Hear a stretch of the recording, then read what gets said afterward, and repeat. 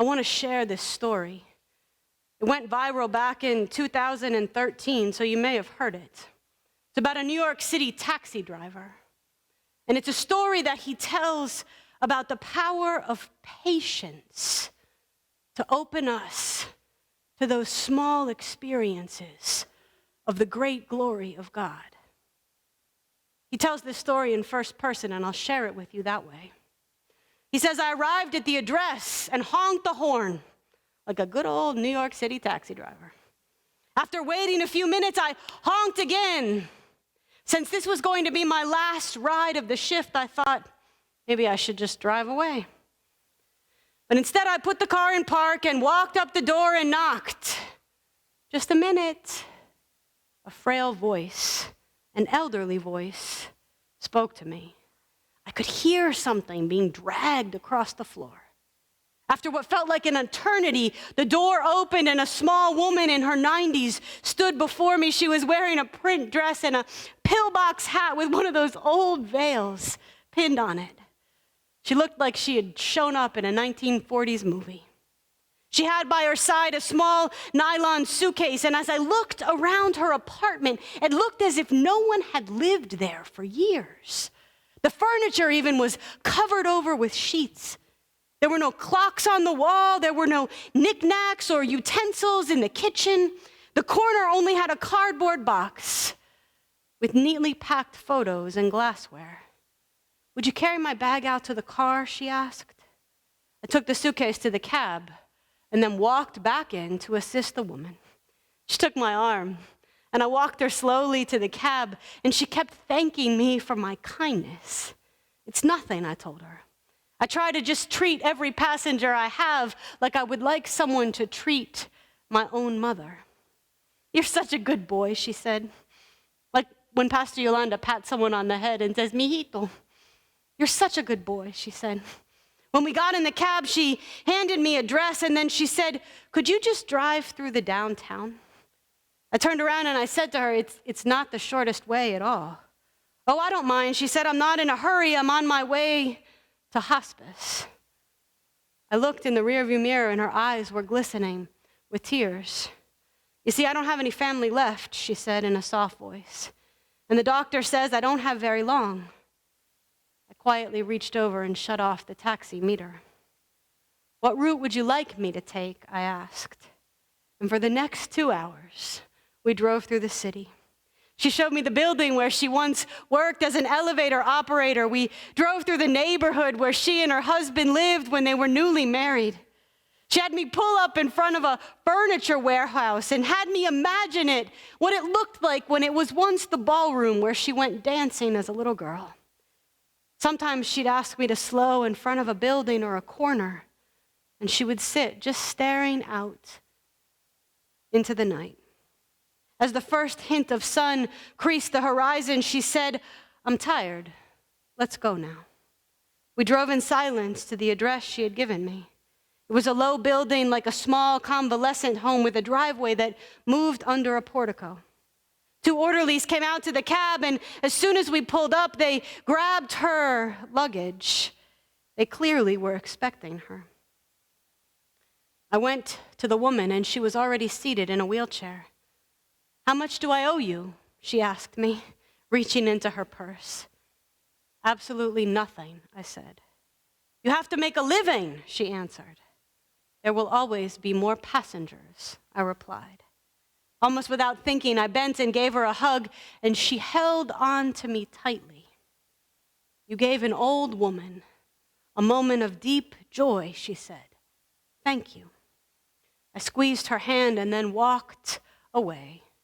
Behind me, a door shut, and I knew it was the closing of a chapter of her life. I didn't pick up any more passengers that shift. I just drove aimlessly, lost in thought. For the rest of the day, I could hardly talk. What if that woman had gotten an angry driver? What if she had gotten someone who was so impatient that they just wanted to finish their shift? What if she got someone who refused to take the longer way and just went the shortest distance? What if she got someone who honked once and drove away? On quick review, I don't think I've done anything more important than that in my whole life. We are conditioned to think that our lives revolve around great moments.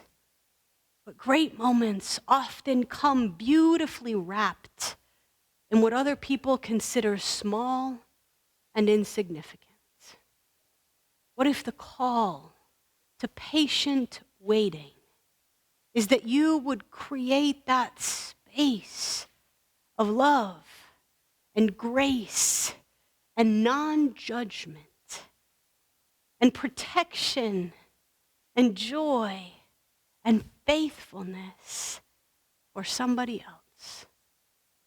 What if this waiting for the big story to unfold, for the answer to every prayer that you are sure you know better than God, is really an invitation to be present in the waiting to God, to each other, and to what God is doing in us? There is nothing in this world that will create space in your life for that kind of waiting. You and I have too much to do, but God invites us to explore the spiritual gifts when we wait with patience for all that God has. I'm going to close with the verse from Romans in your sermon outline. Romans 8, starting at verse 18. I consider that the sufferings of this present time are not worth comparing with the glory about to be revealed in us. For the creation waits with eager longing for the revealing of the children of God. For the creation was subjected to futility, not of its own will, but by the will of the one who subjected it, in hope that the creation itself will be set free from its bondage to decay, and we will obtain the freedom of the glory of the children of God. We know that the whole creation has been groaning in labor pains until now. Raise your hand if you have groaned.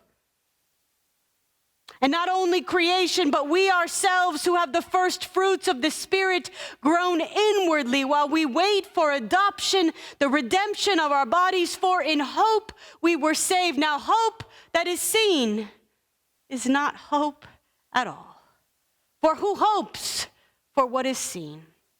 But if we hope for what we do not see, we wait for it with patience. My prayer is that we will be a church with eyes to see and ears to hear all that is before us this day. Before you spoke a word, you were singing over me. You have been so, so good to me.